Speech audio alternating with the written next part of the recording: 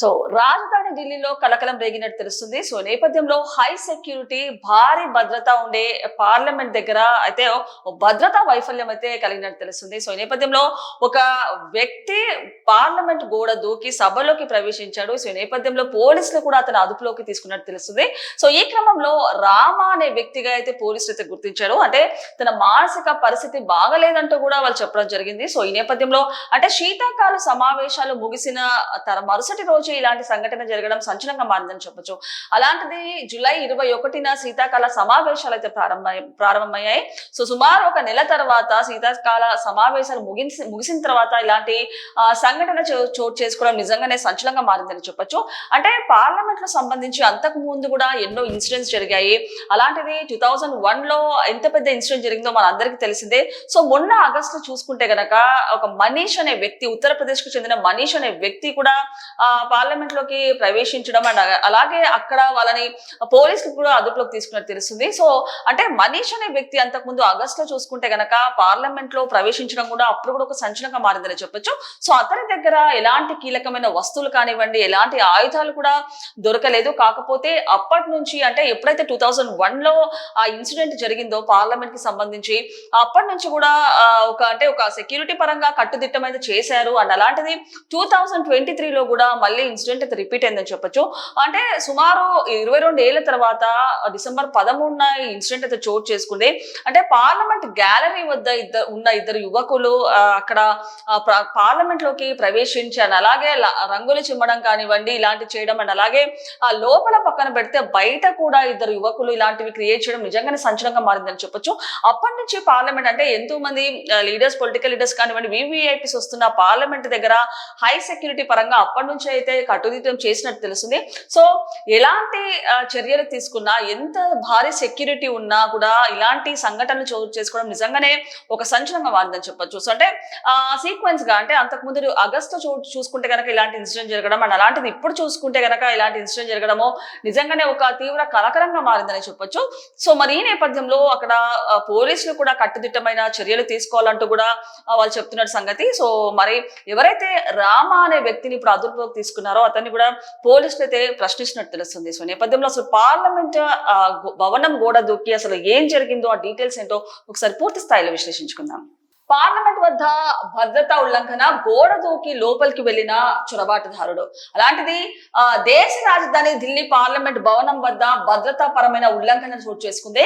So అత్యంత కట్టుదిట్టమైన భద్రత ఉండే ఆ ప్రాంతంలో ఒక చొరబాటుదారుడు చెట్టు ఎక్కి గోడ దూకి పార్లమెంట్ ప్రాంగణంలోకి ప్రవేశించాడు. అంటే శుక్రవారం ఉదయం 6:30 గంటల సమయంలో ఈ ఘటన చోటు చేసుకుంది.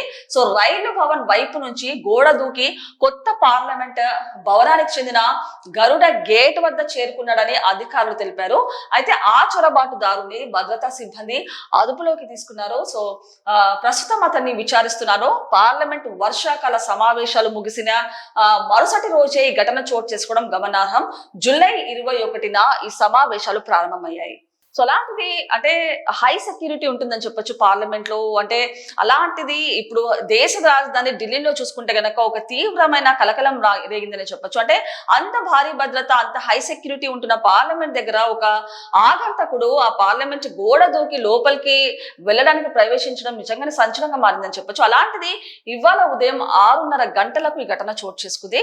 సో రైల్వే గేట్ దగ్గర నుంచి గరుడ గేట్ వైపు వెళ్ళడానికి అయితే ఆగంతకుడు ట్రై చేశాడంటూ కూడా చెప్తున్నారు.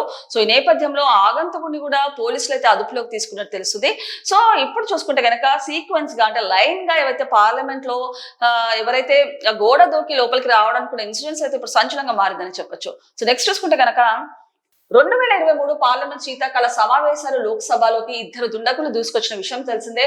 సో పార్లమెంట్ పై ఉగ్రదాడి జరిగిన 22 ఏళ్లైన డిసెంబర్ 13న ఈ ఘటన చోటు చేసుకోవడం అప్పట్లో తీవ్ర కలకలం రేపింది. సో లోక్సభలోని పబ్లిక్ గ్యాలరీ వద్ద కూర్చున్న ఇద్దరు యువకులు సభలోకి దూకి గందరగోళం సృష్టించారు. రంగుల పొగను వదిలి అందరినీ భయభ్రాంతులకు గురి చేశారు. సో అదే సమయంలో పార్లమెంట్ వెలుపల కూడా ఇద్దరు వ్యక్తులు అదే రకమైన నిరసనను చేపట్టారు. సో ఈ ఘటన తర్వాత తర్వాత పార్లమెంట్ లో భద్రత మరింత కట్టుదిట్టం చేశారు. సో గతేడాది ఆగస్టులో కూడా ఈ తరహా ఉల్లంఘన చోటు చేసుకుంది. సో యువకుడు పార్లమెంట్ గోడ దూకి లోపలికి చొరబడేందుకు ప్రయత్నించాడు. నిందితుడిని ఉత్తరప్రదేశ్ కు చెందిన మనీష్ గా పోలీసులు గుర్తించారు. సో అప్పుడు ఆ నిందితుడి వద్ద ఎలాంటి అనుమానాస్పద వస్తువులు అయితే లభించలేదు. అతడి మానసిక పరిస్థితి సరిగ్గా లేదని అప్పట్లో వెల్లడించారు.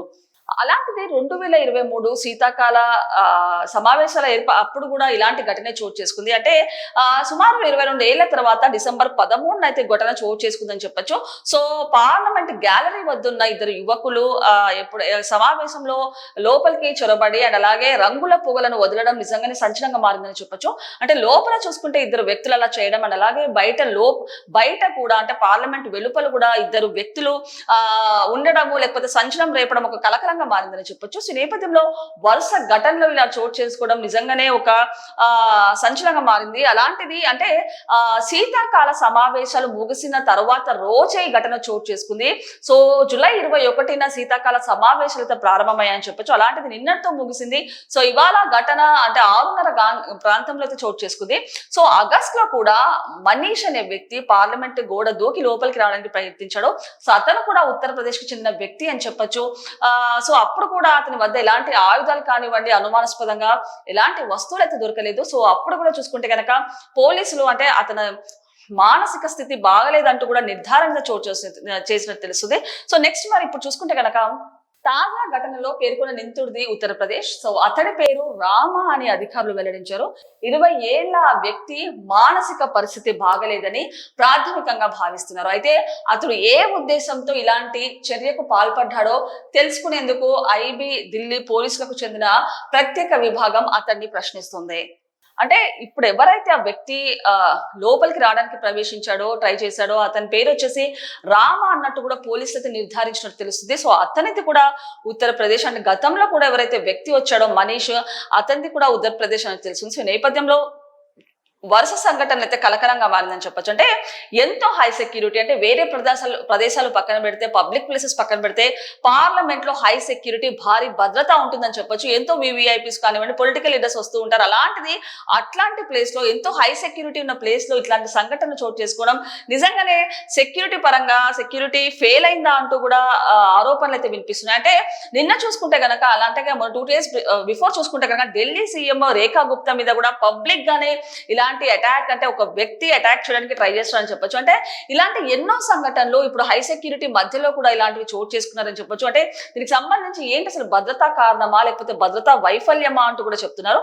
సో దీనికి సంబంధించి పోలీసులు కూడా సేకరణ చేస్తున్నారు. దానికి సంబంధించిన వివరాలు కూడా సో నేపథ్యంలో ఇప్పుడు ఇన్సిడెంట్ అయితే కలకలంగా మారిందని చెప్పొచ్చు. సో ఆ వ్యక్తికి సంబంధించిన వివరాలు కానివ్వండి లేకపోతే అసలు దేనికి ఆ వ్యక్తి ఎలాంటి పాల్పడ్డాడో సో ఆ వ్యక్తికి సంబంధించిన డీటెయిల్స్ అయితే పోలీసులు తెలుసుకున్నారని చెప్పొచ్చు. కాకపోతే అతను రావడానికి కారణాలు ఏంటంటే ఒక ప్రధాన కారణంగా చూసుకుంటే మానసిక పరిస్థితి బాలేదని చెప్తున్నారు. కాకపోతే ప్రధాన కారణం ఏంటో అసలు పోలీసులు అయితే దీనికి సంబంధించిన డీటెయిల్స్ అయితే సేకరణ చేస్తున్నట్టు తెలుస్తుంది.